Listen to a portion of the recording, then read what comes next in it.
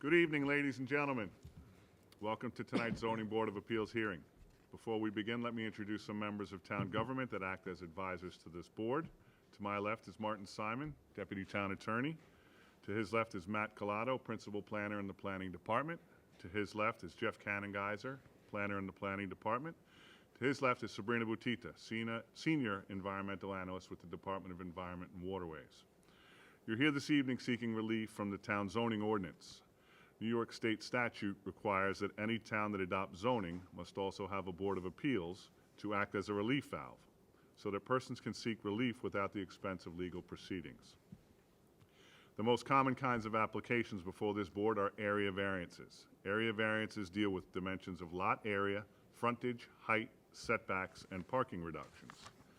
New York State statute mandates that the board must consider the following 5 criteria when evaluating area variances. When you come to the podium to present your application, please do your best to address these 5 criteria. They are as follows. Number 1, whether an undesirable change will be produced in the character of the neighborhood or a detriment to nearby properties will be created. Number 2, whether the applicant has other feasible alternatives. Number 3, whether the variance is substantial. Number 4, whether an adverse impact on the environment will be created. And 5, whether the alleged difficulty is self-created. This board also has the authority to grant special exceptions, also known as a special use permit or conditional use permit. This is a use that is permitted by zoning but under specific conditions designed to ensure compatibility with the surrounding area and the overall zoning plan. If all of the general and specific requirements are met, this board must approve the application. If they are not, this board must deny the application unless they request variances. At that point, the 5 considerations and balancing tests shall be applied. The board has the power to impose reasonable conditions that relate to the variances. Regarding procedures, cases will be called in the order that they were advertised. When your case is called, please come forward, submit your affidavits and mailing receipts to Mr. Colato, and then you will be given the opportunity to explain to the board why the variance is needed. Again, please address the 5 considerations. After the applicant is done speaking, all interested parties will be given one opportunity and only one opportunity to be heard. Please organize your thoughts and keep your remarks factual, related to the case, as well as the variances being sought. Then we will ask the applicant to come back to the podium to address your concerns. The board will then close the case and reserve decision. After all hearings are closed, the board will review cases and decide some of them, and others will be reviewed at a later date. There are 3 ways to find out about your case. The first is you can wait here this evening until after the public hearing, but there's no guarantee that the board will act on your case tonight. The second way is to check the website after 11 a.m. tomorrow, and the third way is applicants can wait and be notified by mail.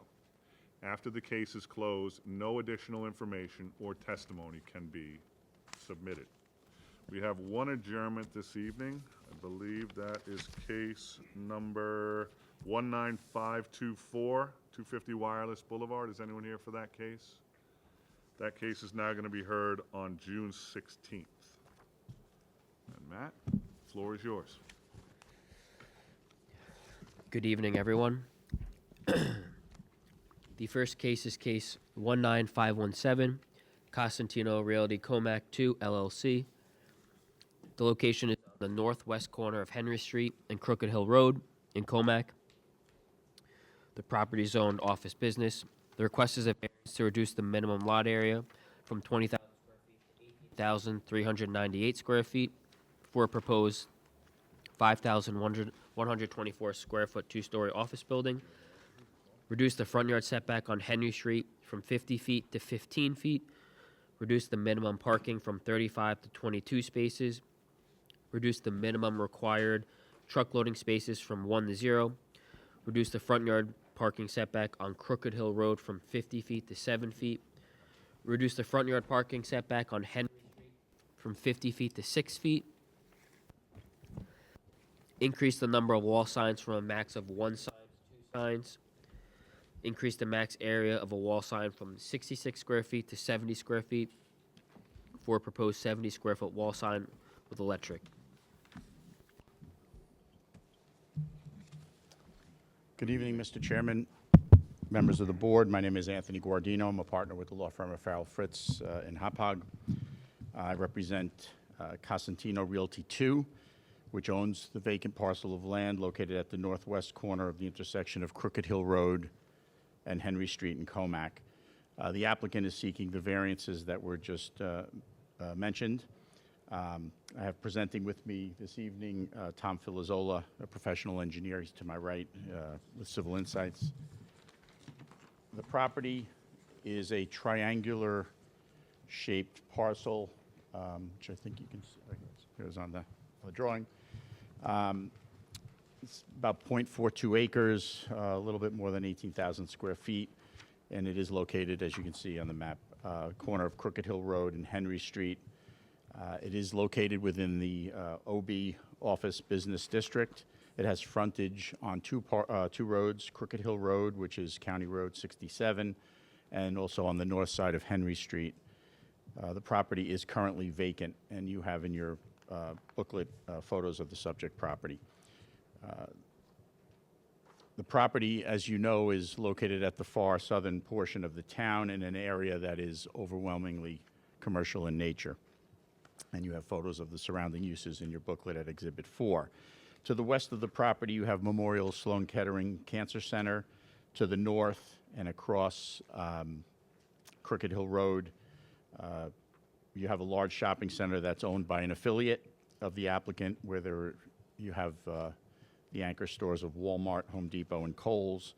To the east of this site is another large shopping center owned by an affiliate of the applicant and anchored by Marshall's, Home Goods, Costco, HomeSense, Raymore and Flanagan, ShopRite, et cetera. I know you're all familiar with that property and the shopping center.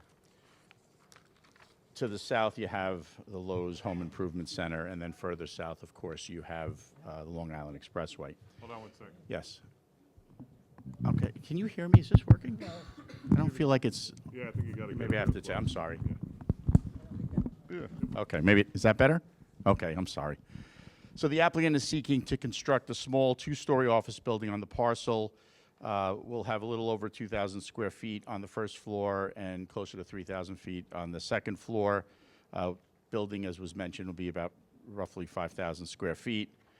There will be a parking lot that serves the office building, 22 stalls, including 2 handicapped accessible parking spaces. The building will also have a fully compliant monument sign and 2 wall signs, one each on the south and east elevations of the building, and those are facing the roads, one facing Henry, one facing Crooked Hill. The proposed office building exceeds the allowable sanitary density for the 0.42 acre site, so an on-site sanitary system is not being proposed here, and instead the applicant has capacity in the county sewer system, so he's going to reallocate some of that capacity to this site. So that hasn't been permitted yet, but that's the plan. So that's I know that's not really for this board, but just wanted to make clear that that's how we're going to deal with the sanitary density. So the applicant is seeking variance relief relating to minimum lot area, front yard setback, front yard parking setback, parking and truck loading, and also to increase the size and number of the wall signs on the proposed office building.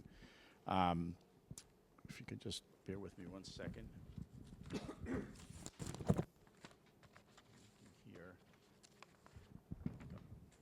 I think I'm working off an older outline, which is almost the same, but let me just make sure I get this right. Okay. So, okay. Hold that up a little Thank you, I will. Sorry about that. So most of these variances are triggered by the unique triangular shape of this parcel. So these variances truly relate to the land, not to any type of personal convenience of the applicant. So, we have the minimum lot area, and we're just slightly deficient there, about 8% deviation.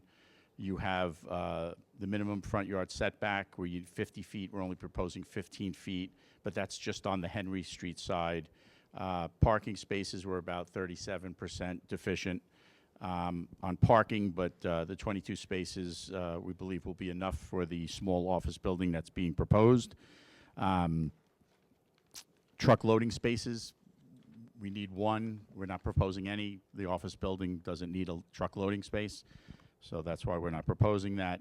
Then, of course, you've got front yard setback, parking setback relief, because again, because of the unique shape of this property, the parking is like facing both front yards, and is a little too close to the roadways. And then there are these two wall signs.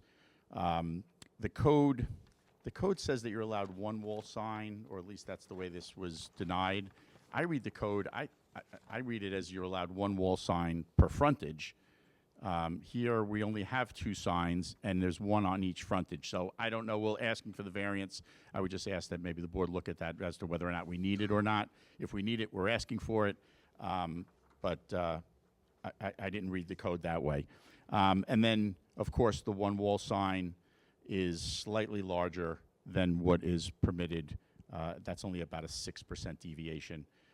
You're allowed 66 square feet. This is just a 70 square foot box. So with respect to the variance criteria, we don't believe that the variances will produce an adverse impact upon the surrounding neighborhood or community.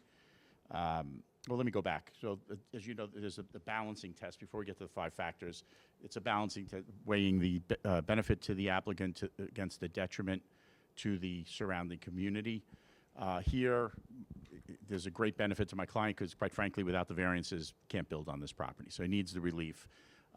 There is no corresponding detriment that I can see here. There are no residences in the area at all. This is a purely commercial area, adjacent to two heavily traveled roads. So, with respect to the 5 criteria, so the first is whether it would create an adverse impact on the surrounding community. This property is located in the office business district. It fronts on a county road. It fronts on a local road that are characterized by a number of commercial and office uses on them. Although the parcel is slightly smaller than what the code requires, it's only a 6%, or I'm sorry, I think it's an 8% deviation in lot area. We don't believe that to be either perceptible or impactful. It's so small. The 22 spaces, as I mentioned, will be more than sufficient for this small office building that is being proposed. The variances to allow the reduced front yard setback and the reduced front yard parking setback and the sign variances will not impact any neighboring uses because, as I mentioned, everything around it is very commercial, no homes in the area. There will be one wall sign, as I mentioned, facing each street, and the small increase in area, that 4 square feet on the south side facing Henry. No one would know the difference between a 66 square foot sign and a 70 square foot sign, so can't have any impact on in the area. The nearest residential use to this site I measured looks like it's about a little more than 800 feet away, and it's to the west, and it's across Comac Road. So it's a distance away, a ways. We don't believe the variances are substantial. I will admit that some of them are quantitatively substantial because the number seems, the deviation is high, but that's because they represent a significant deviation from the code. But none are qualitatively substantial because, as Mr. Filizzola is going to attest to in a minute, the building works, the site works, the layout works. The area is surrounded by busy roads and commercial uses and office uses.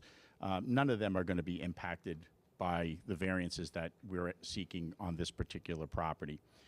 There is no feasible method for the applicant to construct the office building on the site other than with the requested variances. Again, it's attributable to the triangular shape of this property. There's just physically no way to construct a small office building on this triangle without relief. And then with respect to the wall sign, of course, the building could be constructed without the second wall sign that is just slightly larger than is permitted. But, again, having a wall sign facing Henry Street, assuming we even need the variance, but having a second wall sign facing busy Henry Street is important to the success of this building and the future tenant, just and it's just as important as having a sign facing Crooked Hill. I mean, both are equally well-traveled and busy, particularly on the weekends. The last two, whether the variances will adversely impact the physical and environmental conditions of the area, I'd say the answer is no. The site is currently vacant. There is no evidence whatsoever that there's anything on the property that's environmentally sensitive. There are no steep slopes, there are no wetlands, et cetera. And, you know, again, this parcel is in the middle of all this commercial development. So I don't think it's going to impact the physical conditions in the area at all. And then lastly, whether the difficulty is self-created. Again, you know, I stand before you. The applicant knew of the regulations when he purchased the property, so I can't say that it's not self-created in that sense, but as this board knows, that's the one factor that's not dispositive in the balancing. So at this point, I have Tom Filizzola. If the board wants to hear about the site plan, I would call him. Yes, Tom?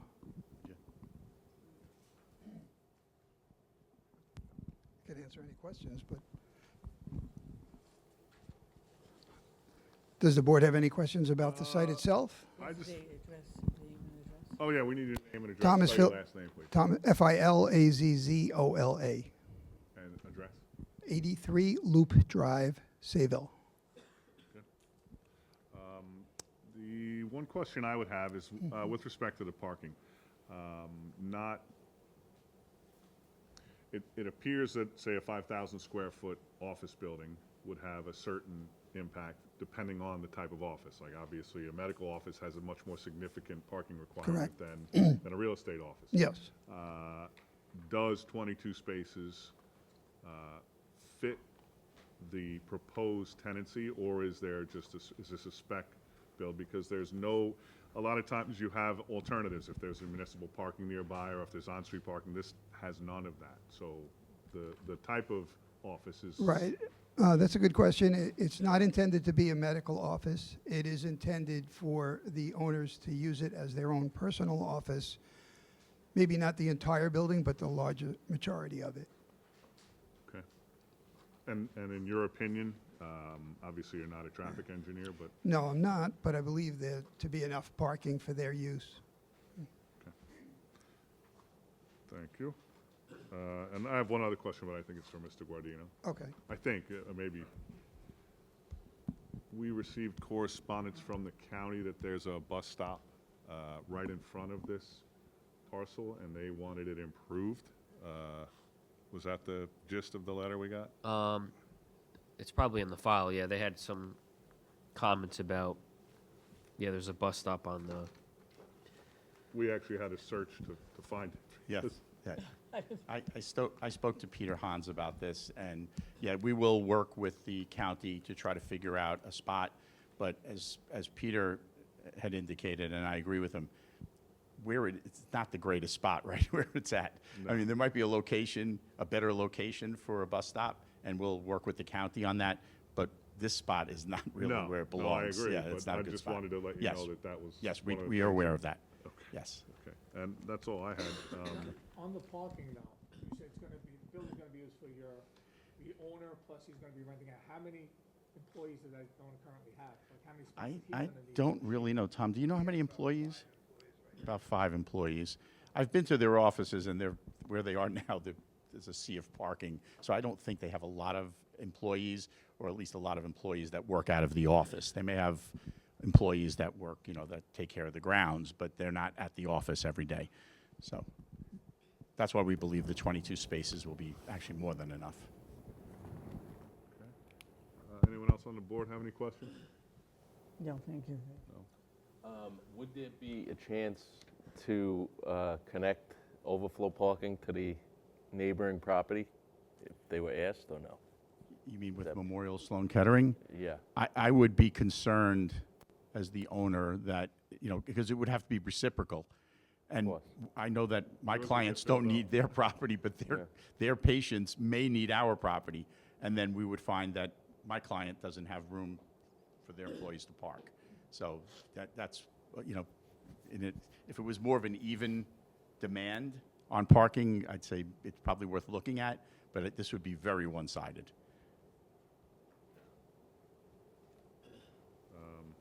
that it, John? That's it. Matt?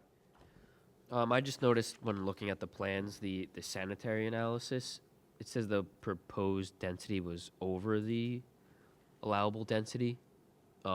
Just had, if you could just maybe explain how you would handle that, or, Well, again, I'm going to leave that for Tom, but, Okay. what you're seeing is we're over density for an on-site system, which we're not proposing. okay, And that's the reason why we're proposing to connect the sewers.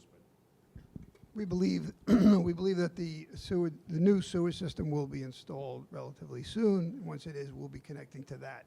If it's not, in the alternative, we could always transfer density from another property into this property to make it compliant. okay, thank you. And that leads us to Sabrina. Yes, Mr. Chairman. We're still reviewing the application, and we wish to consider information presented by the applicant as well as any comments by the public before we make a recommendation to the board, so no decision will be made tonight. Okay. Is there anyone in the audience that would like to be heard on this application? There being none, I'll entertain a motion to close the hearing. So moved. Second. Motion and a second, all in favor? Aye. Aye. Motion carries, case closed. Thank you.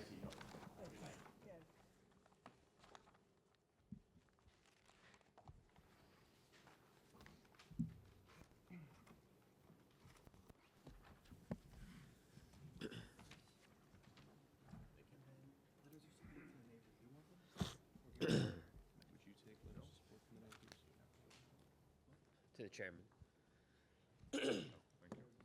The next case is case 19518, Eric Baum.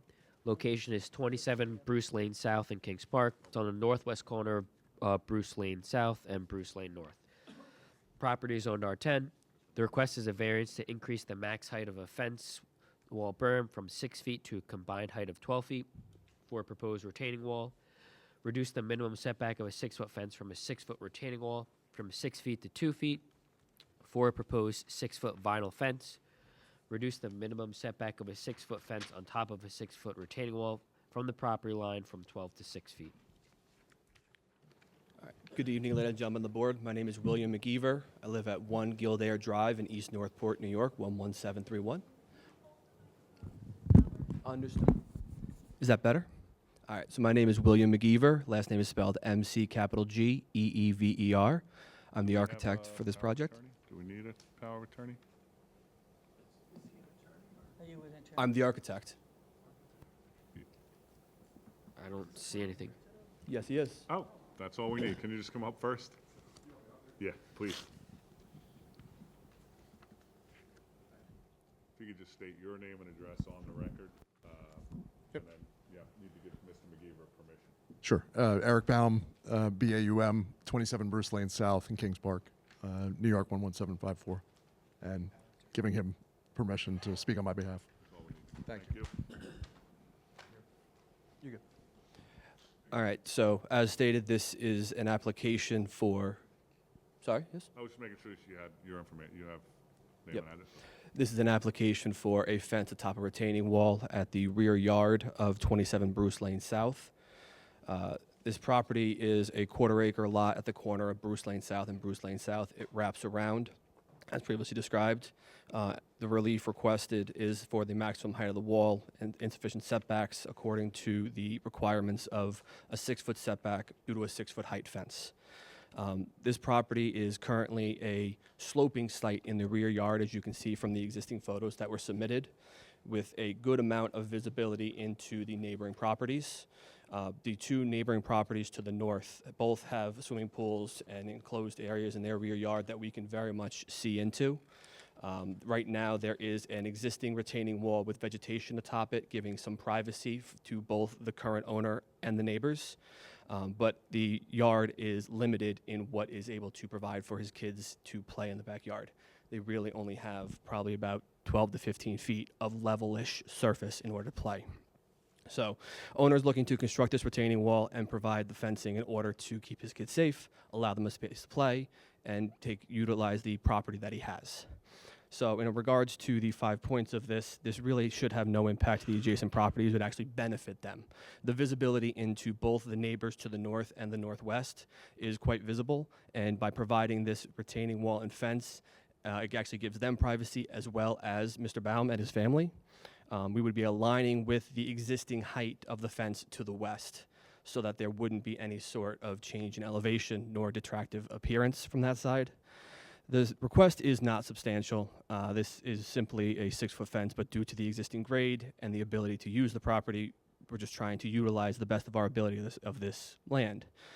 The neighbors currently from the one neighbor on the east side looking at the property, which is a town, it's a town property and a residence. That residence looks at probably about 12 to 15 feet of evergreen plantings at the current moment. Ownership has agreed to replant this area to provide the vegetation to screen the property over time with 6-foot plantings day one, so that within several years they wouldn't see a retaining wall and a fence. They would see the evergreen plantings that they currently enjoy today. As well as the fact that the letters of support that were given are the other properties surrounding him except that one, because that one wasn't available for him to reach out to. It has the 2 properties across the street, the house to the west, and the house to the north and the northwest, all support this application. This could not really be achieved any other way, because the rear yard, if we lose the space required for the setback of this fence, would probably lose about 800 square feet of usable space to his yard, or roughly 12% of the yard. So if we don't have this setback, which we are in compliant with the retaining wall location, just not the fence, we would be losing more space than I desired. We're also required by code to have a 3-foot fence atop this 6-foot retaining wall. So the request really is simply the 3 feet additional beyond that point. It's not like we're trying to exacerbate a situation that would be terrible for the entire neighborhood. It's simply trying to take advantage of the land that he has.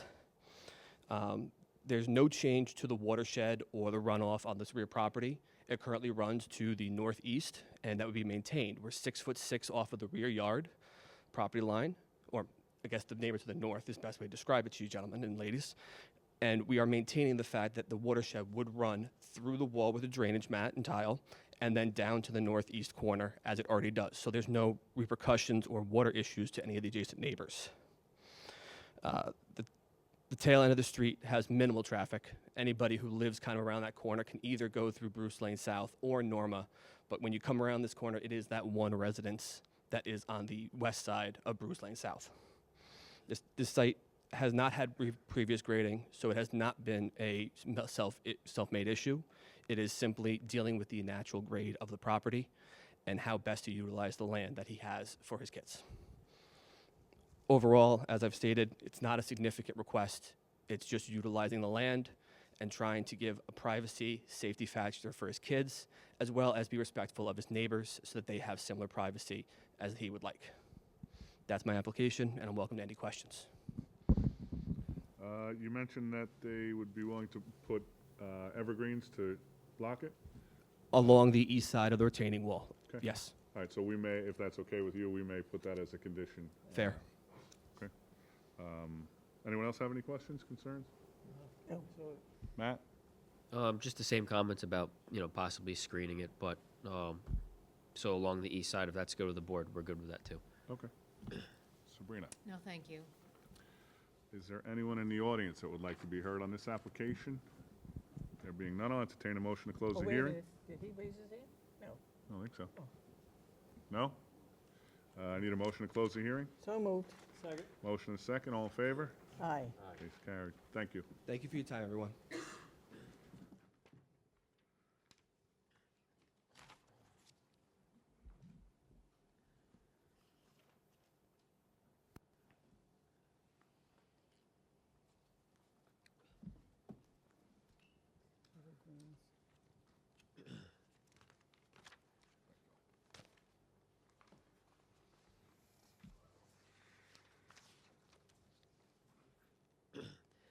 The next case is case 19519, Commerce Drive LLC. The location is 120 Commerce Drive in Hauppauge. It's on the north side of Commerce Drive, 2,100 feet east of Moreland Road. The property is owned LI. The request is a variance to reduce the minimum parking from 133 to 99 spaces, eliminate the required landscape islands for a proposed 5,624 square foot office and proposed 47,513 square foot warehouse. Good evening, Mr. Chairman, members of the board. My name is Vincent Tremarco. I represent the applicant. We've submitted the affidavits of posting and mailing to Matt Collado. As this board well knows, this is in the industrial park, a park set aside for industry some long, long time ago. I think it was John Klein's idea to do this, and it was to attract industry to the town of Smithtown. My client is a manufacturer of vitamins. And this application is for a certain amount of office area, approximately 5,624 square feet of office area, and a proposed warehouse of 47,513 square feet. A total office and warehouse complex of about 53,000 square feet. I'd like to indicate that this office space obviously is for office personnel. The rest of the building is for distribution, shipping, and packaging of the vitamins that are manufactured by my client. They have approximately 60 employees total, and what they do with respect to distribution is 6 to 8 to 10 trucks come in a day to take out the product, which again is distributed at this site. One of the things that what you would probably question is, well, the parking is 133 to 99. We do have only 60 employees. We need the parking reduction, obviously, because of the size of the warehouse. I don't think I need this anyway. That's the first issue. We want to stay in Hauppauge. This is a fairly big company, and it would really want to stay where it presently exists. Now, whether the variance would produce an impact on adjacent properties or the neighborhood, this, again, is an industrial park where nearly all of the other businesses have a certain amount of employees, and they have parking requirements, but it doesn't adversely affect any residential areas, and nor does it affect other industrial uses in the area. Whether the variance is substantial, I guess you could look at its face and say, well, you know, it's a 25, I think about a 19% reduction. However, again, it's a necessary evil as to the type of parking requirements we have in the town. I'm not going to say that maybe the warehouse parking requirement is a little high. That's the town's rule, and I guess that's why we're here tonight. Whether the benefit can be achieved by another alternative, well, in order to build this structure, we need this parking variance. We can't make the structure any smaller because the distribution and the mechanics of the distribution doesn't work without this size building. I did discuss this with the owner and the CEO about the question of the size of the building, and they say this is the minimum size that they need in order to maintain this building and build this building in the town of Smithtown. Again, they want to stay in the town. They don't want to leave. This is where they have their footprint for a number of years. Whether the variance would have an adverse effect on the environment. We all know that when the industrial park was created, the the town fathers at the time were smart enough to realize they would need a sewer plant. So the industrial park has its own sewer plant, and this building would be connected to the sewer plant. I know that the DEW in the town is still questioning whether we've gotten approval from the health department. We're still in the application stage. The health department hasn't come back to us, but I don't see any reason why they would say we cannot connect there. Whether the difficulty was self-created, well, I guess you could say, look, we want to build a building a certain size. But without building the building this size, and without the other thing that I forgot to mention is the islands, the parking islands, or the parking, whatever you want to call them, especially in an industrial park setting. Parking islands are probably the worst thing that you could have. And why is that? Well, first of all, trucks come in and out. As I said, 6 to 10 trucks. The people that work there are just going to come in and park. There are very few, if any, visitors to this particular site if the board decides to grant it. I think the reason for parking islands is in a shopping center setting where people are coming in and out all the time, and you want to slow down the shoppers with these parking islands. So that's why we're asking this board to eliminate those islands, because it's much more difficult to navigate trucks and so forth with these islands. And maybe the parking islands were really meant for shopping centers and the like, but the ordinance covers all of the different commercial zoning districts. So we ask the board for its favorable consideration. If the board has any questions, I'd be happy to answer them. As you can see, the office part of the site plan is 2 stories, and of course the rest is warehouse. And the total, as I said, is about 53,000 square feet. Thank you. Thank you. Anyone on the board have any questions? If the company's that successful, which it is, from what you said, but if it You're going to have to speak louder because, as you know, microphones don't Yeah, these work. don't work, all right.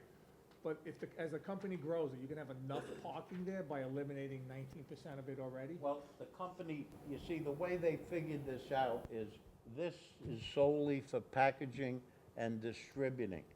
If obviously the company outgrows the site, they'll have to find another site. But right now, they think it's more than adequate. And again, they want to stay in Smithtown. They've been in here for many years. Thank you. Anyone else? Yep, we're good. Matt?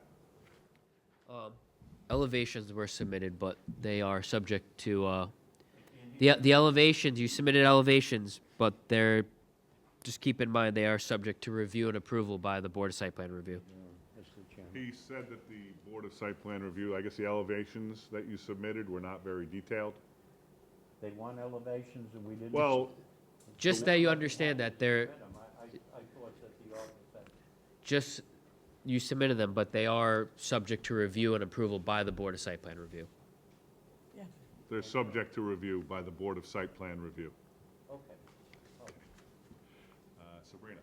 Yes, Mr. Chairman. Mr. Tremarco, if you can just show documentation that you submitted an application. If you can submit documentation that you submitted an application to the Department of Health, I did submit.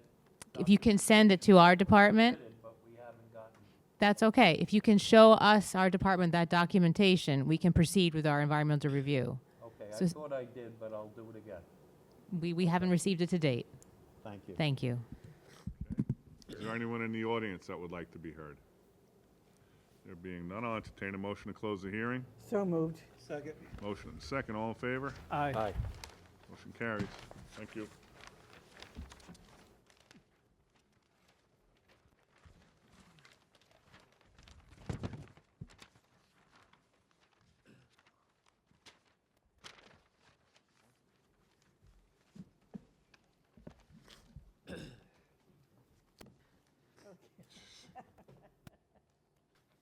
I would have taken it.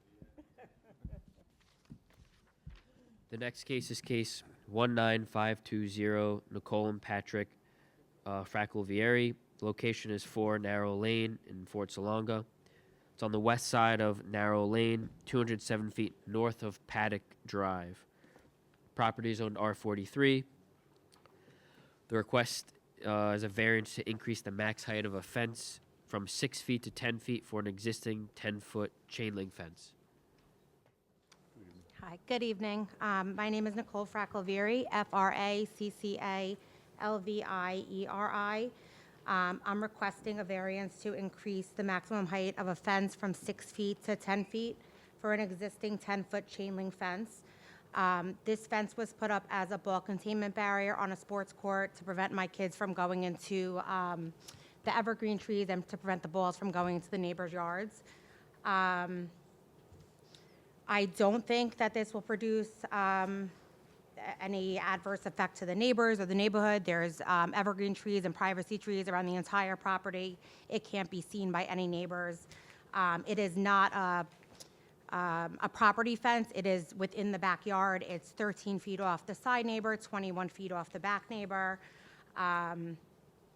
I think this is necessary because I'm trying to prevent disturbing my neighbors from balls going over the fence. And I'm also trying to keep my kids out of the trees because of all the ticks and everything. Let's see. This was self-created. I didn't realize that I needed one since it was not a property line fence.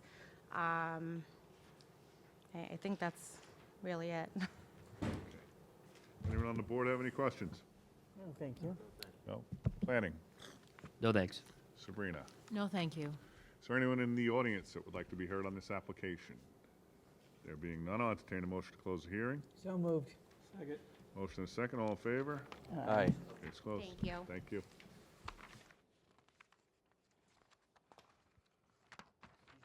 Five, the fifth. Thank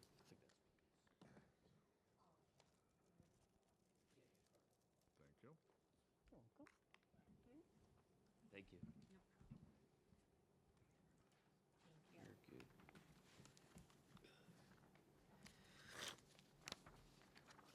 You're good.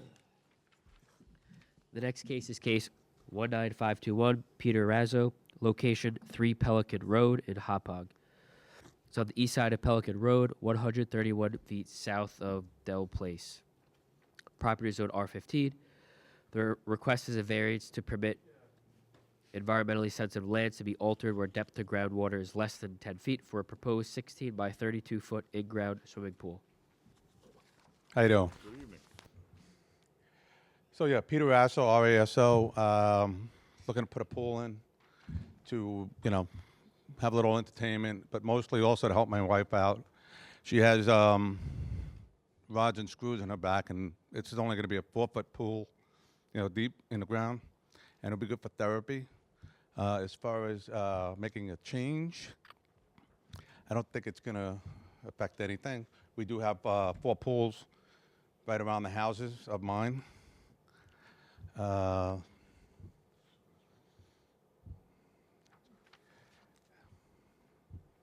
Is it going to be self-created? Yeah, it's going to be created because I'm looking to put a pool in, and hopefully I can. There's really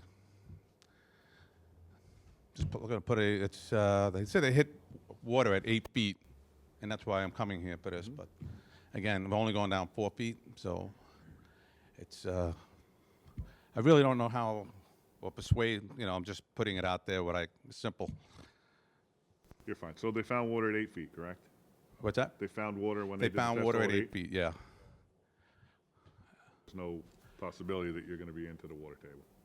No. No. Anyone have any questions? Nope. No. Planning. No, thank you. Sabrina. No, thank you. Is there anyone in the audience that would like to be heard on this application? None, I'll entertain a motion to close the hearing. So moved. Second. Motion is second, all in favor? Aye. Thank you. Thanks.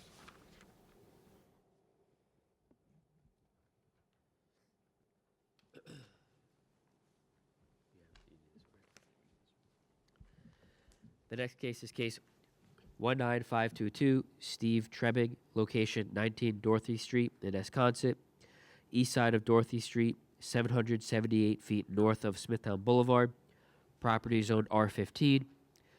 The request is a variance to reduce the minimum distance from any lot line from 3 feet to 1 foot, permit accessory structure in the required side yard, reduce minimum side yard setback from 16 feet to 10 feet for an existing 18-foot by 45-foot in-ground swimming pool with electric pool heater, reduce minimum rear yard setback from 8 feet to 2 feet for an existing outdoor kitchen.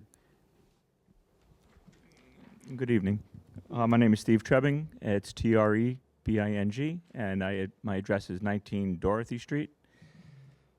My property is, I guess, right out of the gate is a non-conforming piece. It's a very narrow rectangle. So when the pool went in, we couldn't fit it in the backyard, so we did the side yard, and we needed a variance because it doesn't meet the setbacks. Obviously, then that corresponds to the equipment as well. On that side of the property, our neighbor is a commercial nursery. So they're busy with trucks and noise and all sorts of stuff, so wouldn't have any adverse impact to them. The rear yard is just wide enough to put, we had a outdoor kitchen, and that setback also, again, because we're non-conforming piece of property. Behind us is the firehouse. So the outdoor kitchen was also built for a visual component as well as the noise, because the fire whistle goes off behind us quite often. That shouldn't have any adverse impact to them as well. So, you know, both setbacks, in my opinion, are not substantial and shouldn't have any impact to my two commercial neighbors. Anyone on the board have any questions? No? No? Planning? No thanks. Sabrina? No, thank you. Is there anyone in the audience that would like to be heard on this application? There being none, I'll entertain a motion to close the hearing. So moved. Second? Motion is second. All in favor? Aye. Motion carries. Thank you. Thank you very much.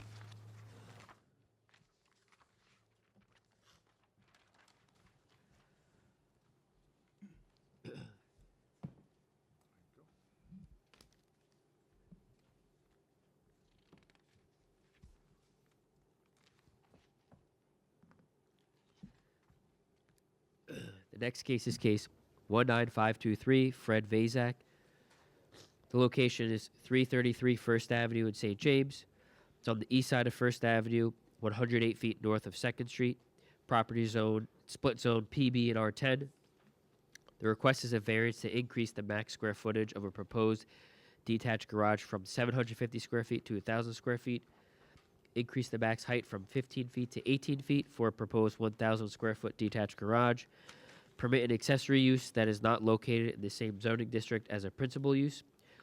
Request to eliminate conditions of approval on BZA case number 14425 and 14997, which require that a covenant and restrictions be filed for the residential zone portion of the property, requiring it to be preserved as a natural buffer. Good evening, Mr. Chairman, members of the board.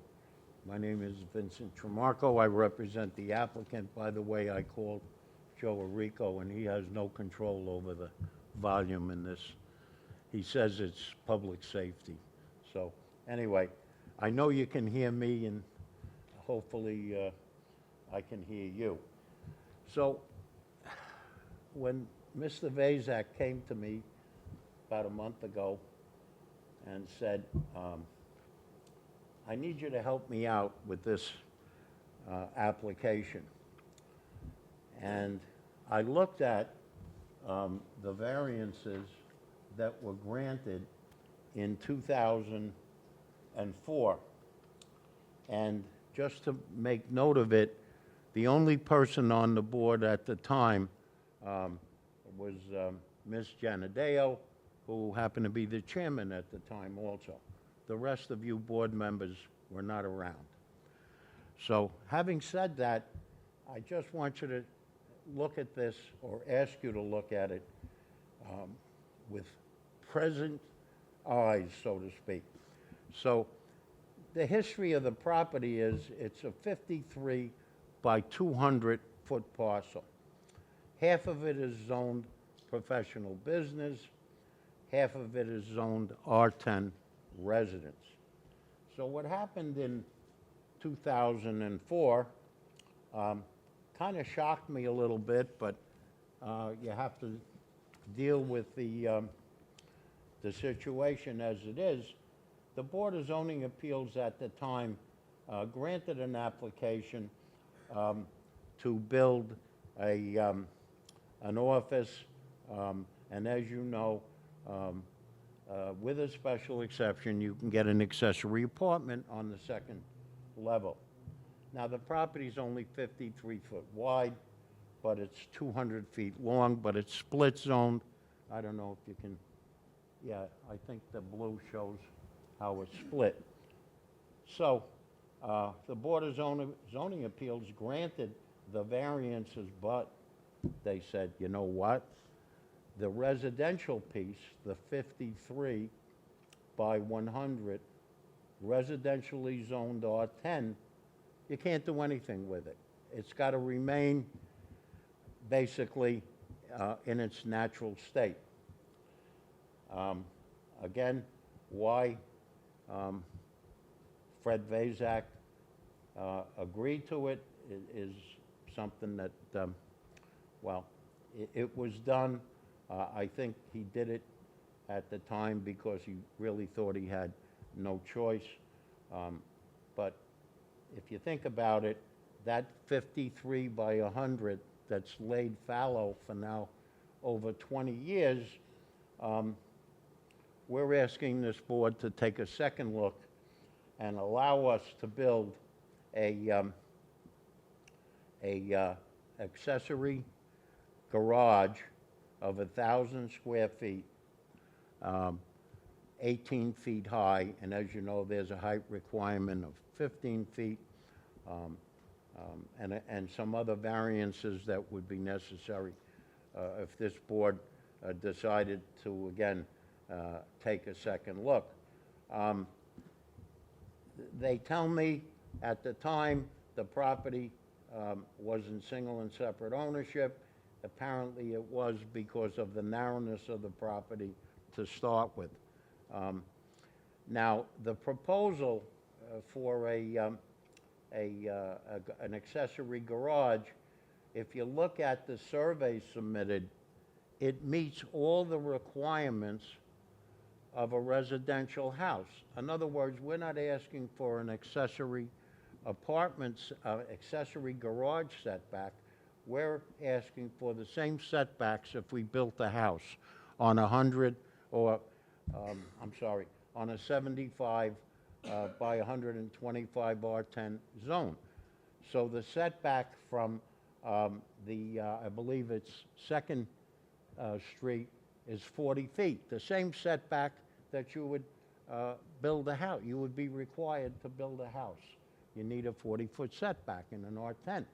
Now, what about the side yards? The side yards are 14 point something each side. So they're a total of 28, and we meet the minimum side yard setback of 12 foot on one side.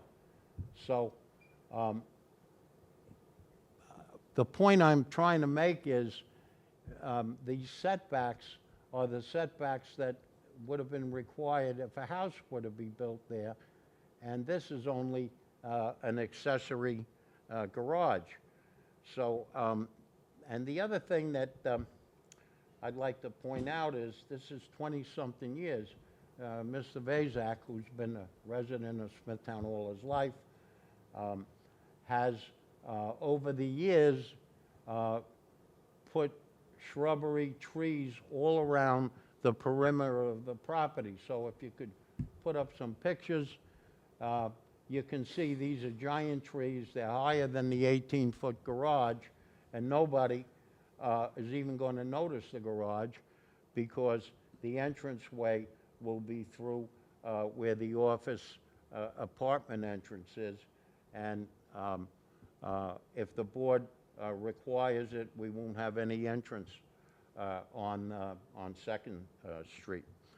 So it's completely enclosed. It's almost like a secret piece of property. I think Mr. and Mrs. Vazak have paid their dues with over 20 years of not being able to do anything with this piece.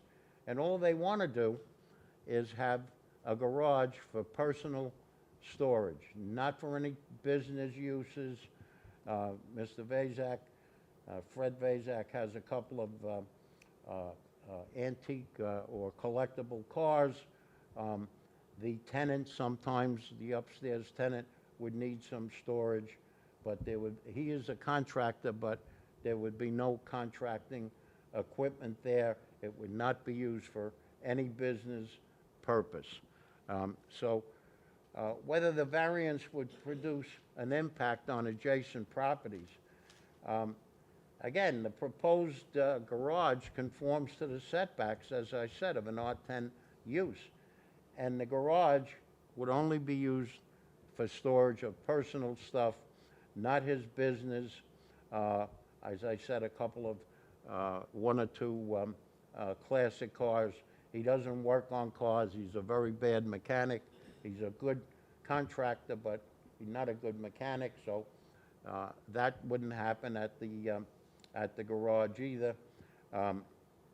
Whether the variance is substantial.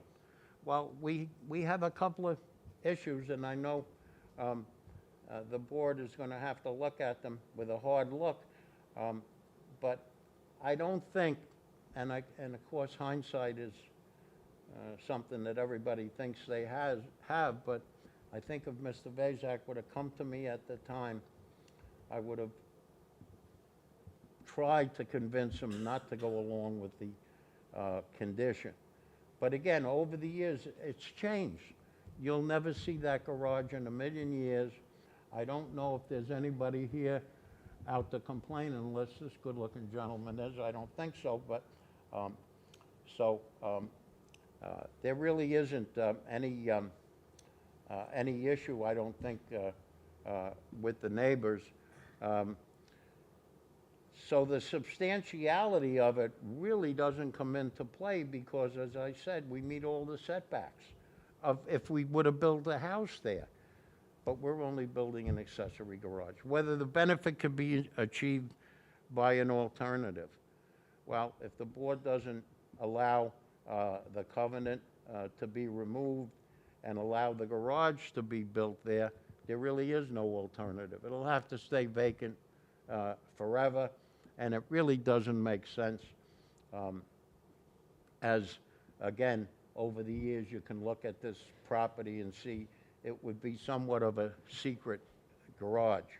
Whether the variance would have an adverse effect on the environment, we don't think so. The only utility that would be in the garage is electricity. There will be no plumbing. If the board was so inclined, it could require the garage not to have any side windows. I don't know why they would, but maybe that would be something that the board could think about. And whether the difficulty was created by the applicant or the former owner. Well, I'm sure you could say, well, the applicant agreed to all of this, and now you're coming back 20-something years later, and he changed his mind. Well, I think the property changed. I think the issues have changed, and it's kind of a terrible thing to have a person own a piece of property 53 by 100 and just lays vacant there. You're not getting any appreciable taxes, and if this board were to allow the garage, I know it wouldn't be the taxes you would get if a house were built, but I'm sure the assessor would look at it and raise the taxes on the property substantially. Again, I haven't heard anything from the neighbors. I don't know if there's any correspondence that the board has. I don't think so. Usually, the planning department tells me if there is. I'd also like to note that the adjoining neighbors, on one side, the neighbor is approximately 22 feet away from his property line, and then there would be another 14 feet. So on that side, you would have 14 and 22, 32, 36 feet between any structure. And on the other side, that neighbor is 41 feet away. So, you know, that would be 55 feet away. So we don't see any adverse effect on the neighbors. Again, there's going to be no equipment or construction, no business coming out of that property. It's solely for personal use. So I ask the board for its favorable consideration. If you have any questions, Mr. Vazak is here. I think we submitted the survey showing the proposed garage. You can see it on the board. Again, it's as far away as possible from the adjoining neighbors. And again, the setbacks are the setbacks if a house were built. So if the board has any questions, I'd be happy to try and answer them. I'm sure they have some. I personally have a couple concerns, not the least of which is the fact that it is residentially zoned. As you well know, we grant variances to the property, not to the owner. So while I would agree that Mr. Vazak keeps his property in pristine condition and it looks great, 20 years from now, Mr. Vazak may not be the owner here, and that garage, there's relatively little enforcement that a town can do because that front piece is zoned commercial. So when you say it's a travesty that it's got that covenant restriction, I would think the same exact thing. I want the person to be able to develop the professional business piece, but I also, as a board member, would want to protect the residential neighbors that bought their houses in good faith, knowing that that property in between is zoned residential. And then furthermore, if somebody had bought a property within the last 20 years and said, oh, let me do my homework, oh, there's a covenant and restriction there, that's never going to be anything else other than residential at best, I would feel comfortable buying a house, and they rely on that for purchasing that property. That being said, is there something there? I think so. For me, that's not it.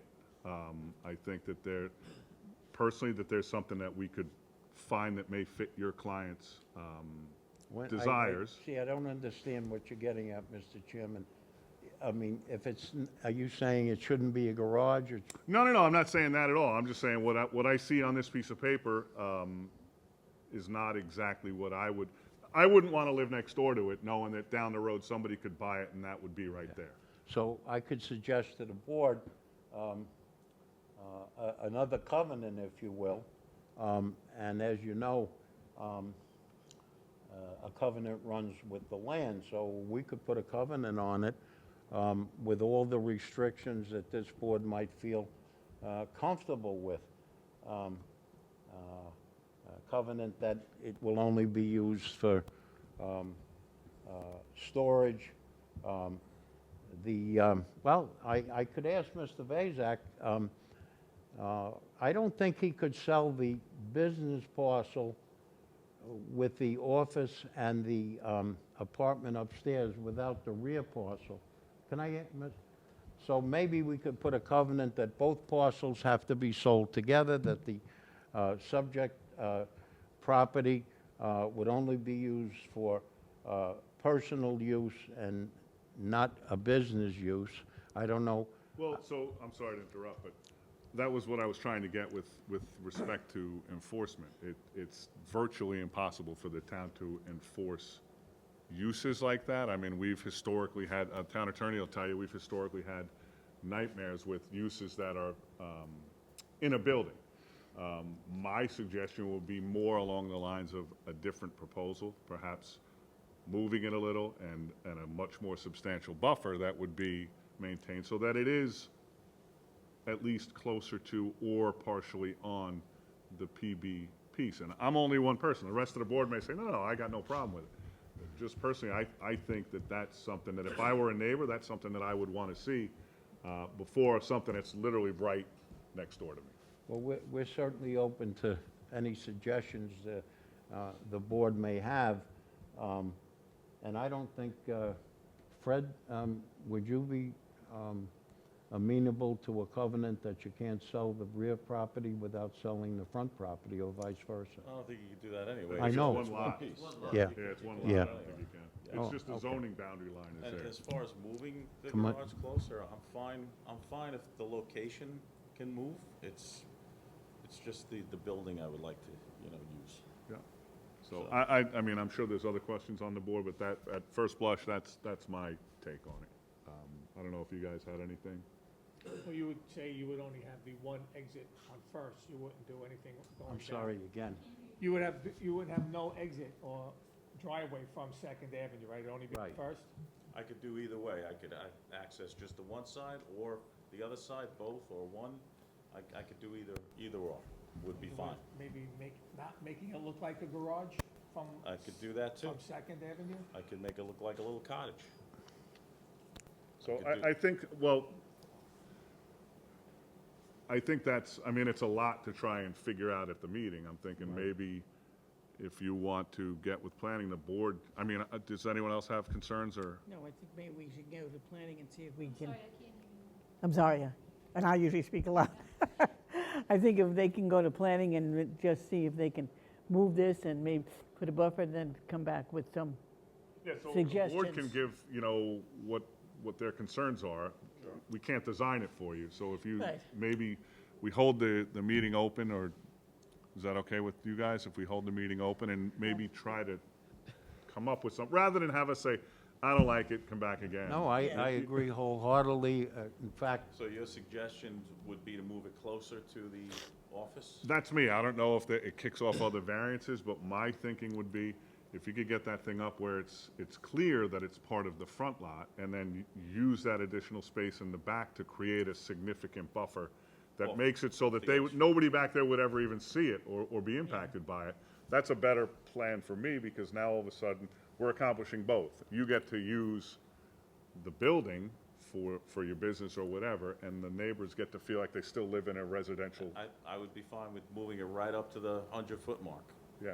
where the parking lot stops for the office. I could put it right up to that. So I guess maybe we'll, if they can come to you guys and see if there's something, maybe Liam can get with them and, Yeah, I mean, we'll do whatever you guys ask us to do. I mean, would you be open to, Matt, speak up, please. would you be open to making it smaller, like comply with the height and square footage? I guess I would be if I had to be, yeah.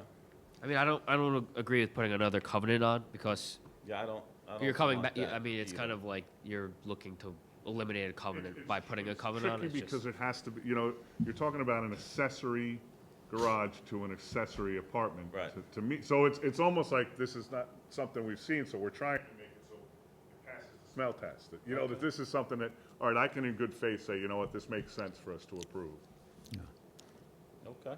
if that makes sense to you guys. Yeah. I don't know if you want us to meet with planning. Yeah, because at the end of the day, I think now they know what the board's concerns are, so rather Okay. than us saying, yeah, know what, come back with a different one, just present it at the next meeting, or the meeting after that, and then it's a lot easier. That's fine. Our architect is here tonight, that big fella sitting in the back there, John Gleason, so he's listening to everything, and we'll set up a meeting with Matt, and we'll go over it. All right, And we Appreciate thank it. the board for its consideration. thank you. Is there anyone here that would like to be heard on this application? All right, so we're gonna hold this one open. Yes, I'll close it. You're gonna have to get the architect, so we'll try and put it on for probably July. Okay, Okay. that's fine, Is that good? yes. Perfect. What's that date? July 12th, I believe it is. July 12th? All right, so we're gonna adjourn this to July 12th. Thank you. Thank you.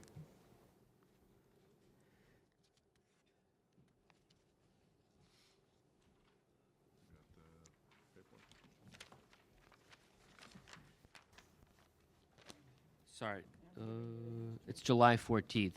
July 14th, sorry. So not the June, we're going to July?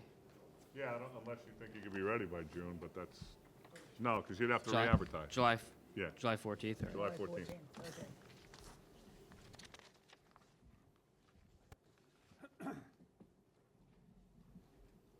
He's just got- Sorry, let me just read it.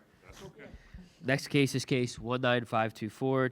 Oh, sorry, we adjourned that one. 19525, Stephen and Courtney Lampisona. Location is 141 50 Acre Road South in Smithtown. The east side of 50 Acre Road South, 142 feet north of Hofstra Drive. Property zone R10. The request is a variance to reduce the minimum side yard setback from 12 feet to 2 feet. Reduce total side yards from 28 feet to 18 feet for an existing 85 square foot shed. Permit accessory structure in the required side yard.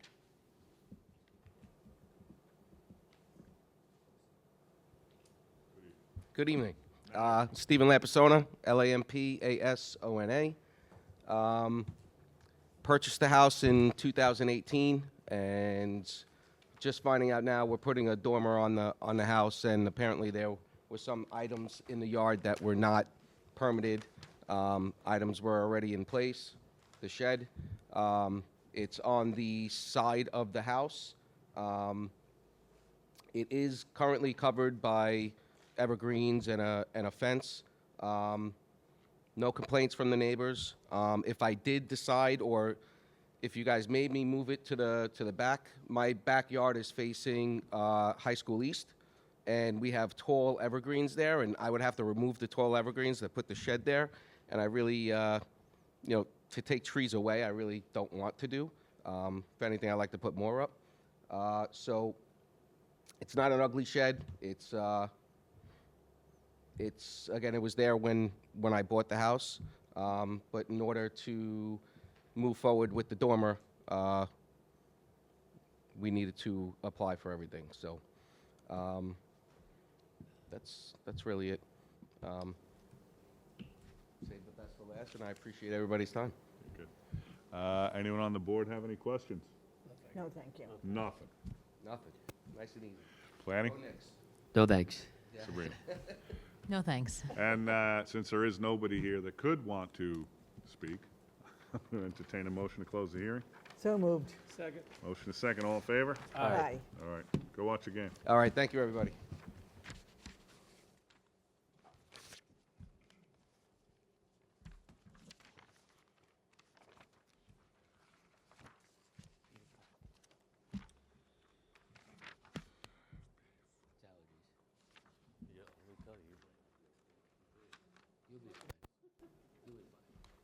You guys all right?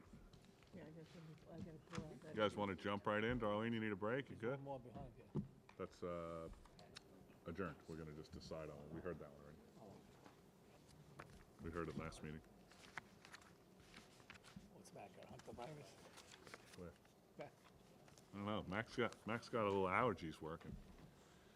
I didn't know if you're going to make it all the way through. As long as you weren't on a cruise ship, I'm okay with it. Not near any mouse poop. All right, so we'll jump right in. Are we still on, Patrick? Look at him. All right, case 19517, no action, waiting on SECRA. Case 19518, Eric Baum. On case 19518, I'll make a motion to approve the application as presented with the condition that evergreens on the east side of the property, that he puts evergreens on the east side of the property. As per planning director. As part, all right, as planning director. Second. Motion is second, all in favor? Aye. Motion carries with conditions, 5-0. Case 19519, no action, waiting on SECRA. Case 19520, Nicole and Patrick Fraccovieri. On case 19520, I'll make a motion to approve the application as presented. Second. Motion and a second, all in favor? Aye. Aye. Motion carries, 5-0. Case 19521, Peter Rasso. On case 19521, I'll make a motion to approve the application as presented. Second.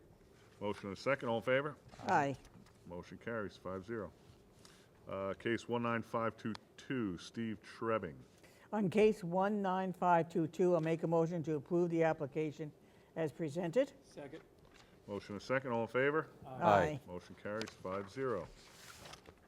Case 19523, Fred Vazak is adjourned to July 14th.